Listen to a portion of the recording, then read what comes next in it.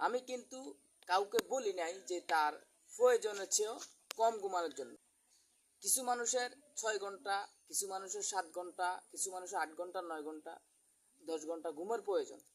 যার যে পরিমাণ ঘুমের প্রয়োজন, ওই পরিমাণ আপনারা ঘুমিয়ে আপনাদের দৈনন্দিনের কাজ করবেন।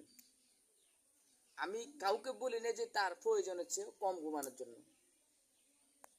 আমরা এমনও দেখেছি বহুত লোক দিনে 10টা, 11টা, 12টা বাজে ঘুম থেকে ওঠে। আমি নিজেও একটা সময় উঠতাম। এই জন্য যখন এই 10টা, 11টা, 12টা বাজে যারা ঘুম থেকে ওঠে তাদের কই গেল ফজরের নামাজ, কই গেল তাদের নাস্তা পানি, কই গেল তাদের দৈনন্দিন জীবনের কাজ। আমি যে কদিন ফজরের নামাজ পড়ে কাম শুরু করেছি, ওই কদিন আমার কাজের মধ্যে আমি আলাদা বরকত পেয়েছি।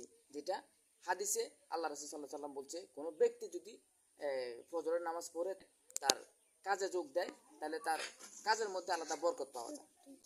আমি সেটা বলছি, কেউ ভুল বুঝে ভিডিওটা অন্যভাবে নেবেন না।